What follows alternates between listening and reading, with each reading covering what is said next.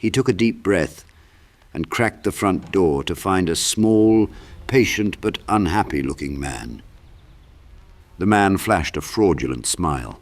His out-of-date suit and tie seemed purposely unnerving. "Yes?" Blakey looked past him to check if he was alone, because he knew when they came for him it would be many, a legion. "Remember me, Arthur? Detective Lusk?" The man looked Blakey straight in the eyes. "Detective?" Blakey repeated back with a squint. "That's right. Can I come in?" Lusk opened his wallet for a business card, pointedly revealing his badge. He then stepped inside, not really asking for permission. I was just heading out." Blakey tried to bury his growing panic. Lusk walked through the living room, filled with beer cans, pizza boxes, and the broken TV.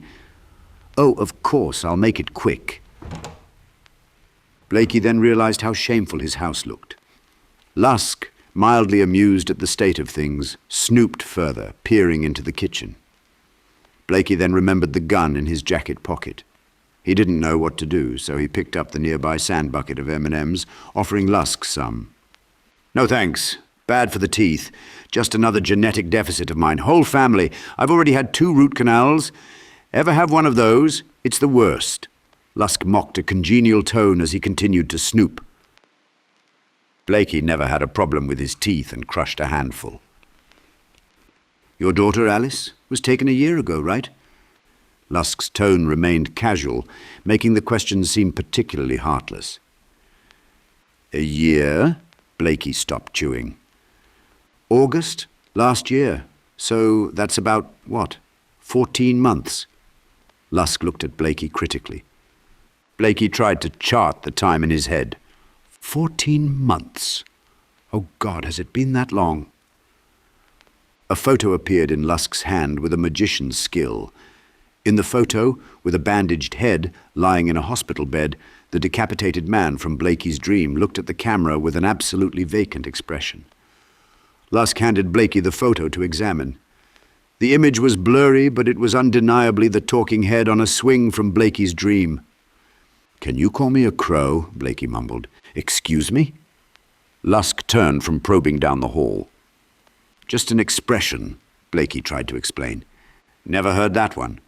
But that turd in the photo is Vincent Rackham," Lusk declared. Blakey asked, "What happened to him?" "I shot him," Lusk announced proudly. "Shot him?" Blakey was now afraid. The detective made a pop sound with his mouth, right in the head. "Did you know 5% of people survive being shot in the head? I would have lost money on that one. Lucky ducky, go figure. Anywho, he takes all the children." The statement was so blunt that it sounded like he was announcing the winner of a horse race. He then walked into the kitchen and scoffed in disgust. Blakey shook his head, thinking he could not have heard right, so he asked, "Took the children, all of them?" "Yup, that's him. He did it." Lusk was unshakably certain. Blakey stared at the photo, stunned. "Haven't proved it yet. But what's proof when you know? Sixth sense, really. I can smell guilt like washing machine mold. I've been following him, and a few days ago he busted that mirror. You know, your mirror. Followed him back to his nest. Not unlike this." Lusk picked up a chopstick and poked at the stacked newspapers. He tapped the empty beer and liquor bottles and shook his head before returning the chopstick. "Fled the scene, chased him, and he shot at us." Lusk casually pantomimed a movie shootout. "Winged an officer, so I had to do it. Anywise, he had books, stacks of them. Same books that every single missing child had. Handmade, no publisher, circumstantial, but come on." "Mirror?"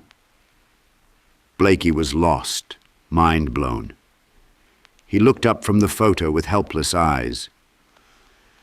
"Yeah, you know the Halton mirror, the one you were arrested for busting, at the Smithsonian.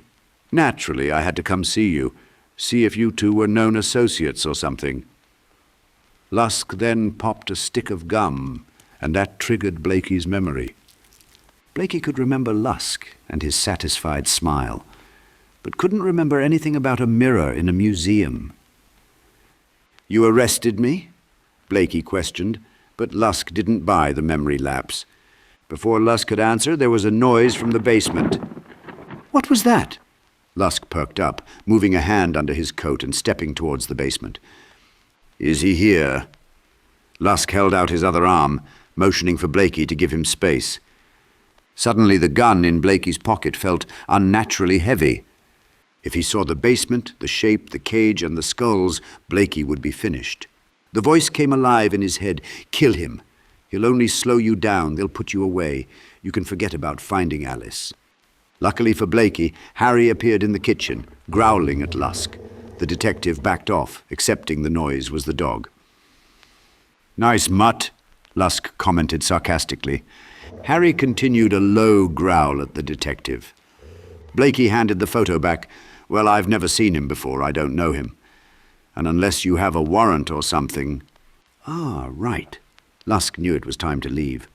Thought as much. It's the job you know. You look busy. I mean, you were cleared, right? Did your bit in the loony bin and all. Just thought I would see if I could rouse anything in that rotten pumpkin of a head. Blakey soured at the insult, straightened his posture, and opened the front door for Lusk. Blakey towered over the detective, making Lusk rethink how much backup he'd actually need to bring in Blakey. Just kidding, yeah. Doing good these days? Here's a question, nutters. At what point does this happen? He fanned out his hand at the living room mess. Seriously? At what point is this okay? When does garbage lose its meaning? I guess once you become it. Lusk smiled prouder than ever. Blakey handed back the picture. So this guy. Vincent Rackham, Lusk interrupted. You got him? He's the one? He took my... Blakey could not even finish. Oh no, we had to let him go. Lusk Air quoted with disdain. Lack of evidence. He explained with grave regret. More kids went missing while he was out of commission. Just like with you. But I'll get him. Got a friend on the force, his son was taken. Aaron Platt turned 8 today. Music prodigy, 8 goddamned years old. I've promised, you know, whatever it takes. And I will. Whatever it takes. Well, I really should go, but not even on the case anymore. Lusk's lack of concern in his own impropriety effectively intimidated Blakey. Blakey held the door as Lusk stepped down off the porch onto the derelict walkway. The detective pocketed his hands and looked up at the sky. Yeah, temporary leave pending investigation. Excessive force, blah blah friggin' blah. Strictly the FBI's problem now. What are you supposed to do with these child-murdering pervs? Give them a warm blanket, a lolly. Hold their hand? Lusk shook his head. You can keep that photo. Lusk said rotely and walked off. His car, if he had one, was nowhere in sight. Blakey closed the door and on second thought locked it. Blakey couldn't move, having his fragile world turned upside down again.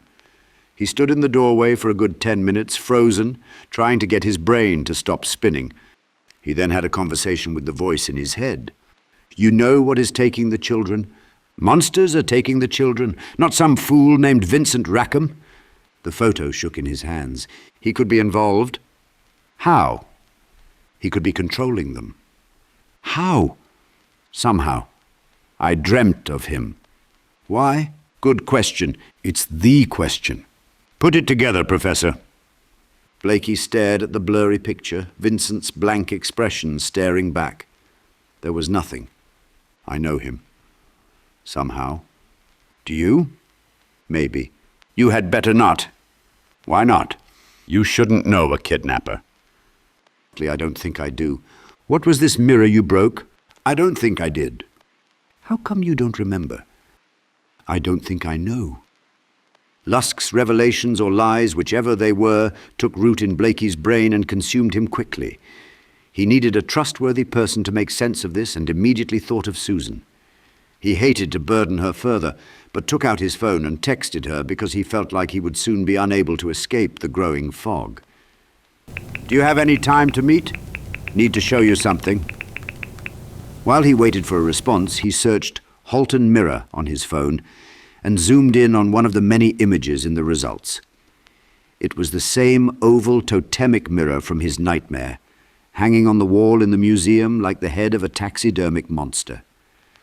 It could have been the magic of camera angles, but in the picture, the dark glass of the mirror reflected none of its surroundings.